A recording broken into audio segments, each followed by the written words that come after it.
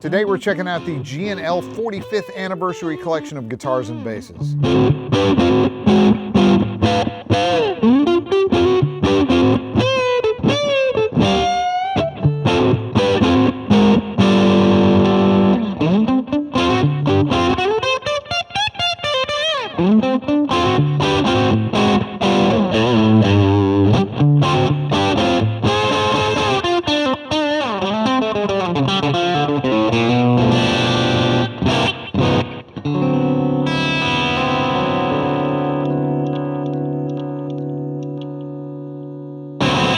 Now, G&L has been making great instruments for, you guessed it, 45 years. And at every 5-year anniversary, they do a run of guitars and basses featuring the appropriate anniversary gemstone color. 45 is sapphire. This is a great looking sapphire finish. There's some flake and pearl in it to really make it pop. The guitars and basses I have with me today are the ASAT Blues Boy, the ASAT Special. I'm holding the Comanche, the L2500 bass, the Fallout bass, and the SB2 bass. A little bit of history here. In case you didn't know, G&L are actually the first initials of two individuals' first names. G stands for George Fullerton, and the L stands for Leo Fender. Leo was always perfecting his designs, and G&L was his place to bring his ideas and concepts to full completion. Now, Leo completed his last prototype in 1991, literally on the very day that he passed away. That drive to improve, refine, and innovate is still in full swing at G&L today under the McLaren brothers. Brothers Dave and John McLaren have been at the helm of G&L for a long time, and they are steeped in the tradition. Their history with Leo Fender goes way back, and their aim is to carry on Leo's work.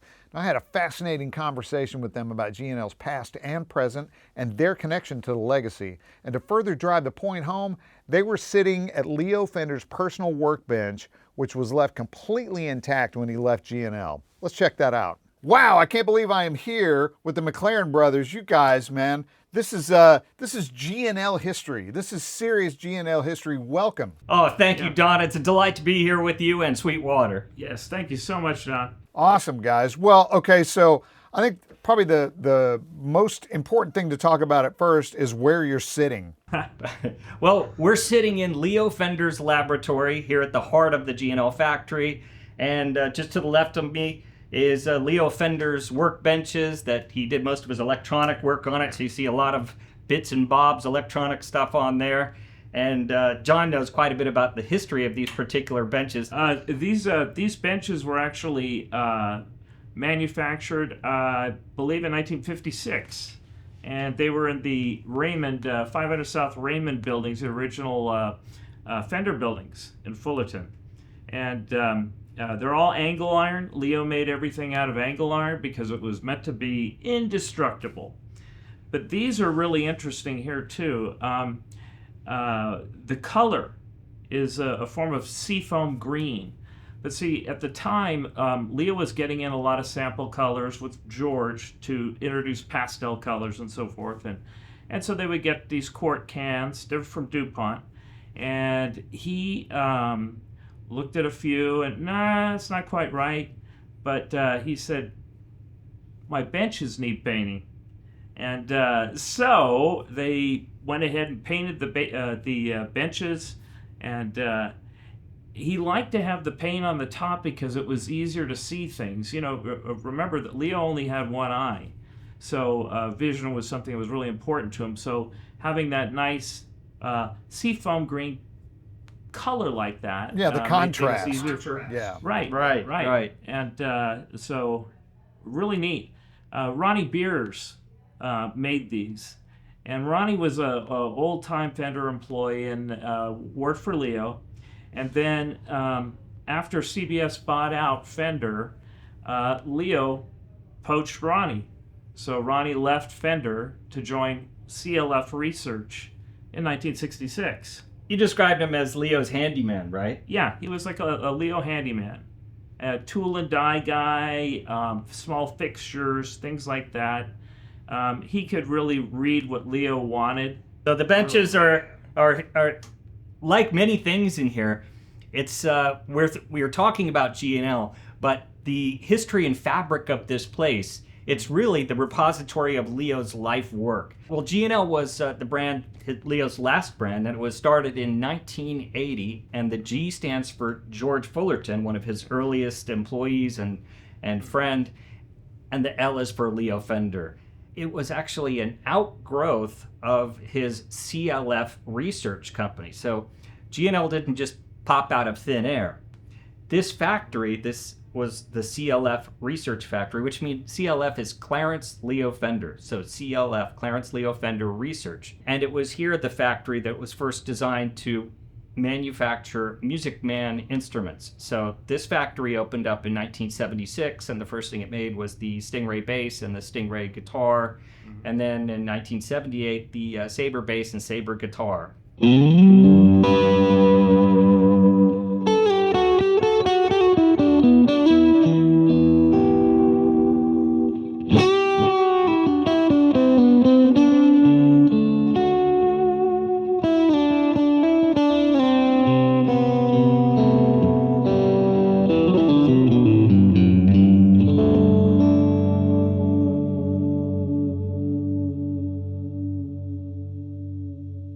Leo surrounded himself with people that had been with him for a long time. So the fabric of G&L was the fabric of Music Man, which was the fabric of Fender. George Fullerton and Leo Fender, they did the design work on the first Music Man instruments. So CLF Research would supply the instruments to Music Man, which was Leo's other financial involvement.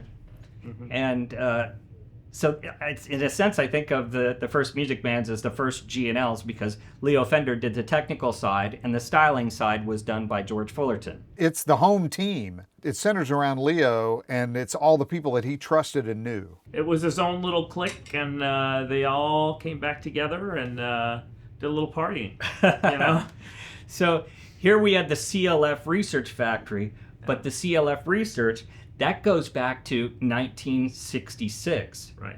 Now, after Leo Fender sold the Fender company, he had a 5-year agreement to be a consultant. So if you can imagine, if you're CBS, you've just bought Fender, you don't want the guy who's largely responsible for the best-selling amplifiers and guitars going, hey, good luck with that, guys. No, you want him around because he maybe has more ideas in his head. He's good at keeping solving production problems and so forth. Leo, I think his vision was that he would be sort of freed from having to run and manage the company. CBS can do that, and Leo can do what he loves to do. So when you look at this laboratory in his office next door, you don't see somebody who's like a CEO of a business. You see somebody who likes to design, likes to create. It's a workbench. That's what he loved to do. So I believe he was hoping that he would be free from all the business side of it and could focus on his next ideas, his next designs. CLF Research, and he moved to a building, just down the street. Ash Street. Was it Elm Street? Elm Street. Yeah, at Elm the end Street. of Elm Street. And essentially, that was the point when he moved out, so to speak. All of his workbenches, his laboratory, his office, his drafting table, all that stuff that was his personal core inside the Fender company moved out to his new building on Elm Street, and it was there that he continued out his consulting agreement with CBS. Right. So they would send over, for example, they would send over some body blanks, but maybe they're not routed on the top, so that way, he can do his own work, and Ronnie would help him do stuff like routing out pickup pockets or control pockets as he was designing what he was hoping to be the next Fender guitars. There actually only became one that got very close to being done. In fact, Leo had done his technical work, and the people at Fender were doing styling work for this thing, and it was intended to be positioned above the Telecaster, like the next generation, his 2-pickup thing. And if you know now that we have a model called Espada with these little split coil pickups on it, that we took from the drawings from 1969, and we took the technical side, and we took Leo's later work and applied it to that instrument. So that original Espada, it had Leo's original concept there. It had his little split coil, single coil pickups, because that was his sort of new direction for the Fender sound, but hum canceling.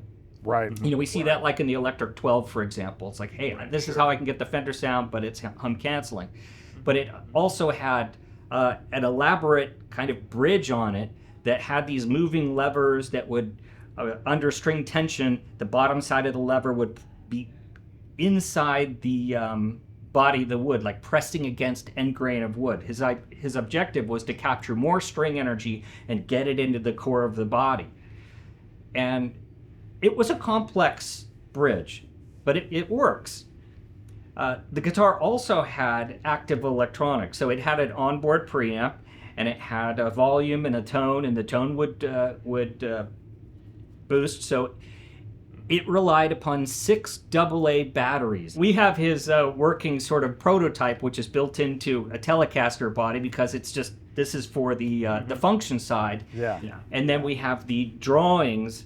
Like there was 3 or 4 different versions of the drawing where the upper horn was a different shape, but they were all dated very late November and December '69. So it was as though they were rushing to get this design done before Leo's term expired. But I think by then that by then they were just going through the motions, because CBS was just looking to build more Strats, Tellies, P basses, J basses. Just how do we reduce costs, crank up the output, and Leo's next vision with a complicated bridge, and it has onboard electronics, which of course it requires batteries. Yeah. So In a guitar? what's this? My guitar, it has batteries, and then what if it breaks? What if the batteries go out? So those things didn't come out until Leo was free to do his own thing, which is why the first Music Mans had the batteries, had the onboard electronics. Interesting. Because that was the thing he was working on at the end of his tenure for consulting with Fender, or with CBS. Yeah. Yes. Right. So once he had his own thing, he was free to do whatever he wanted. But it was interesting, as we look back in the late 60s, we can see the direction that he wanted to go. So when we brought out the drawings in 2018, I think, is when we first started getting kind of serious about that. We thought, hey, we've got this really cool drawing from the late 60s.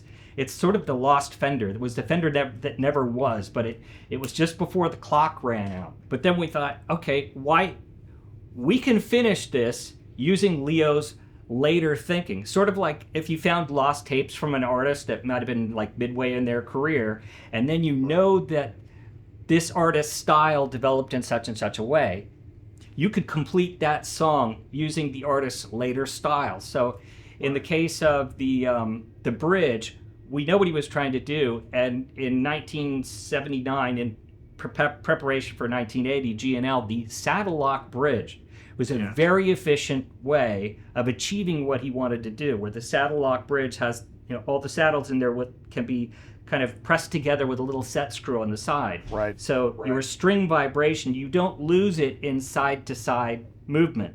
That energy is captured into the bridge plate, and then on the bottom side of the bridge plate there's a little foot that juts down and fits into the body. So you're capturing that energy very efficiently and getting it down Transferring it into the body. Yeah, Body, exactly. yeah, no complicated levers and so forth. So it was like 10 years later, he found an elegant. You like that? Complicated levers. Yeah. Yeah. He found an elegant solution for that, and of course, George Fullerton did a great job on the styling of the saddle lock bridge. So he's sort of the unsung hero in a lot of this stuff, where Leo did the technical side and George realized it into this bridge that looks beautiful, feels great on the palm of the hand. I'm a big fan of the saddle lock bridge. Yeah. Thank you, Leo and George. And then for the electronics, we used magnetic field design pickups. So we took the little split coil concept and we just applied his magnetic field design technology to it. So a little bit higher output, lower noise. And we used a preamp that is not required. It's just a clean little buffer preamp with a switch, so you can use it off and you're just hearing the pickups there. Right. You can use it on, and that on could be a little bit bright because now all the details and transients, harmonics that usually get lost in the chord, you can now hear that. And then there's an in-between setting with a cap just to shave off a little of the top end. Yeah. So it's kind of like what we call our tritone preamp that's used in our L2000 bass. And a neat historic thing about the early G&Ls with the electronics like that, because there was some initial resistance to that, when G&L launched, it's like, well, I'd like to have a preamp that to, as he said, solve the chord problem, like the loading effect of the chord. Right. But we're just going to make a nice buffer preamp, and then the controls will be passive. So there would be a volume control, a treble control, and a bass control, but they're passive. So if the battery dies, preamp goes out, or you just don't want to use the preamp, that's fine. So we did the same thing on this Espada guitar, the lost Fender, if you will. So we took what he had on the board in terms of technical development, applied his later technical elements to it, and used the styling done by Fender people in 1969, and just mashed it up together and made a really cool looking guitar.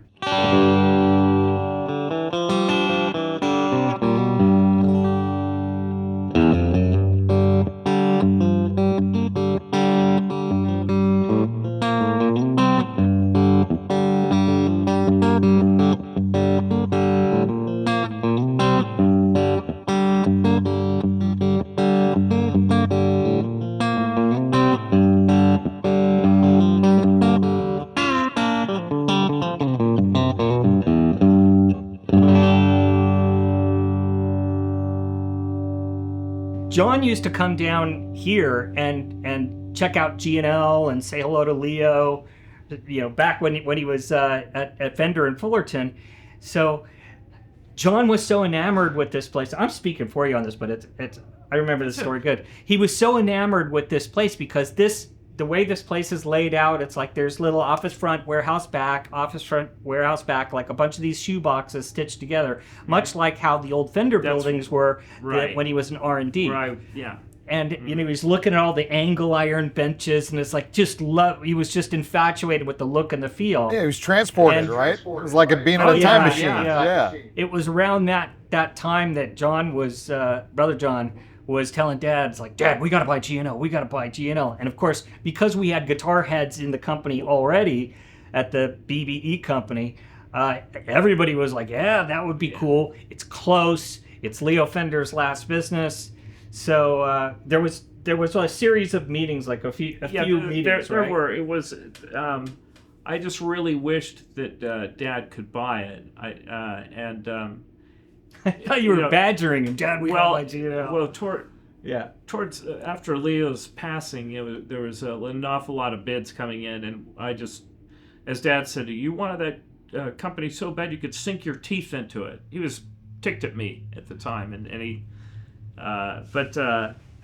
we met with Leo, and the last time I think was in 1990. I think a neat thing about the meetings is that there was going through numbers, right, and so forth, as you would if you're considering to buy a company, right? And there's still notes that, the BBE people are coming by, But each time it would get really close to a deal, and then Leo would stop, and he would. I think I have to paraphrase a couple of times, but it's like, John, I can't. This is what keeps me alive. In hindsight, I kind of think what he was doing is he didn't want to sell the company because it was what kept him alive. He wanted the curtain to kind of come down on his life's work, doing what he loved, not having to part with it.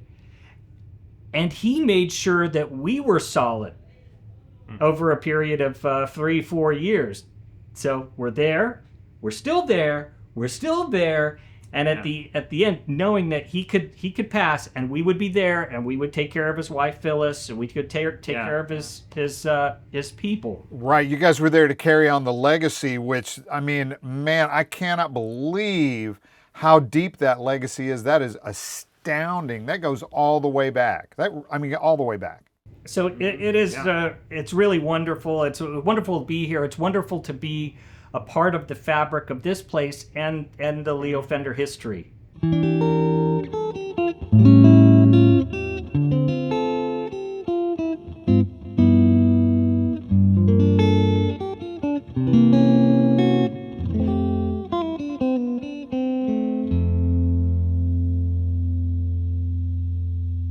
Every 5 years, we do an anniversary collection, and it's centered around what is the anniversary gemstone. Right. So if you were married 45 years, the anniversary gemstone is this sapphire. So we thought, okay, let's make a special blend of a color. So it's a sapphire metallic with just a pinch of pearlescent in it to really make it pop.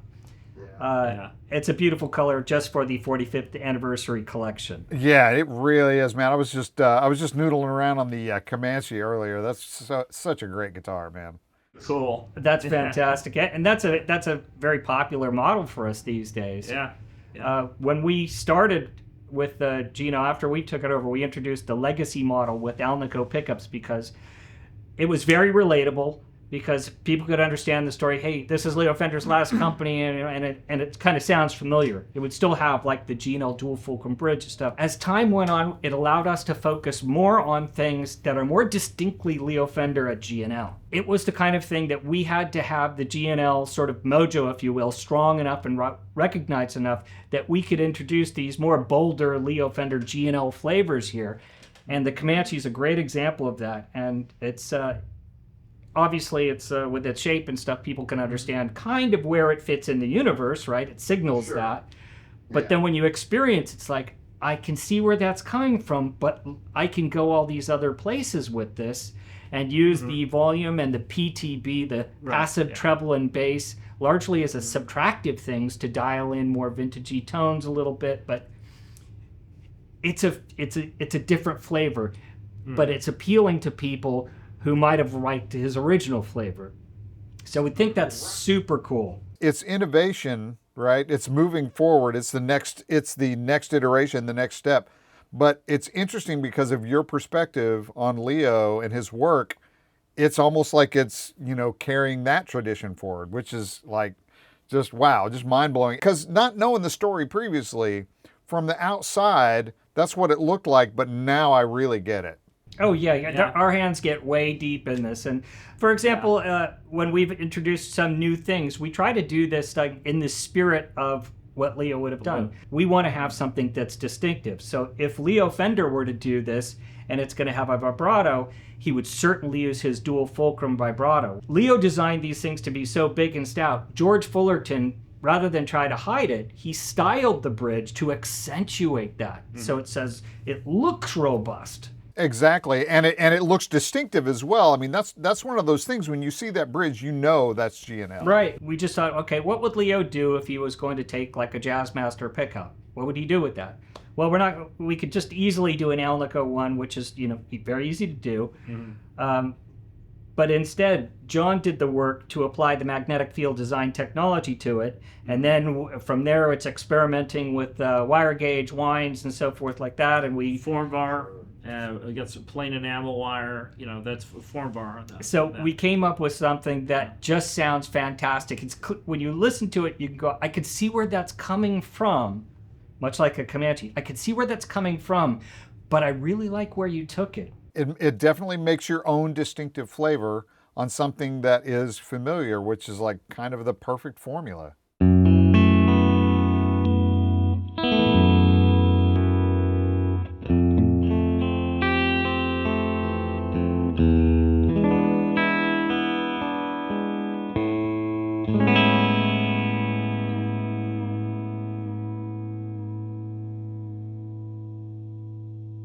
I do want to take a little aside here, though, because you guys have a custom shop.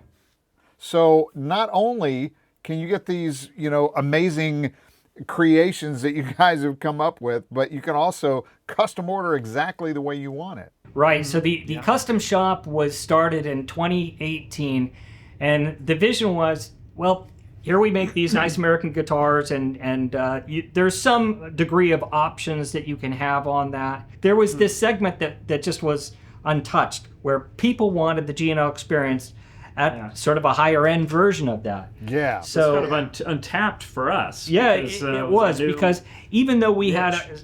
options and so forth in the main factory, there's a limitation what you could do. So when we Sure, started that, people said, "Well, aren't you already a custom shop?" Well, no, it hasn't.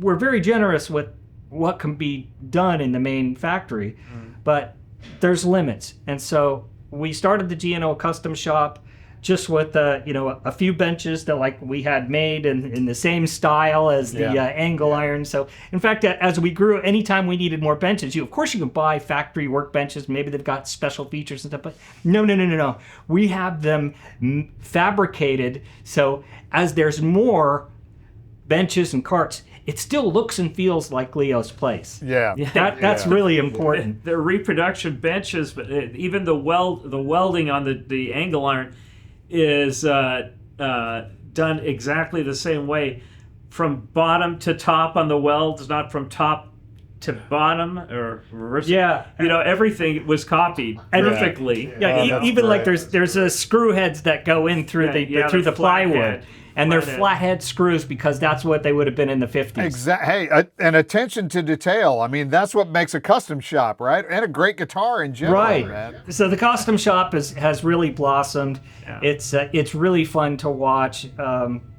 And Sweetwater's been greatly supportive. We really appreciate it. You've taken a chances on some stuff that was a little bit outside the expected, and done well with it. So we really appreciate Sweetwater's support of custom shop. Absolutely. And what's been happening in there is just fantastic. Of course, there's the exotic woods and so forth, but there's been some mix and matching and tweaking of the Leo Fender features, particularly pickups and so forth. So it's like not just the sort of the high-end version of it. It's been fun to watch stretching things in the Leo vein. Yeah. It's really been cool.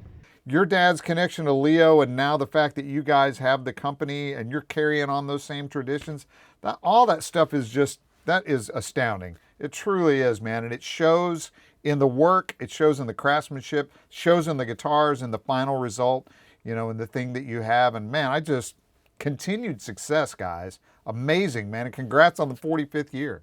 Well, thank you very much, Don. Thank you. And it was a delight to hear that your first G&L was 1995, was it? ASAC Classic? 1995 ASAC Classic, man. And it's blue and it's gorgeous and it sounds so good. It really does. Nice. We didn't have gray hair then. No, well, Thanks for checking out G&L's 45th anniversary collection with me. If you have any questions about these or any other G&L products, make sure to contact your Sweetwater sales engineer, or you can check us out online at sweetwater.com. Thanks.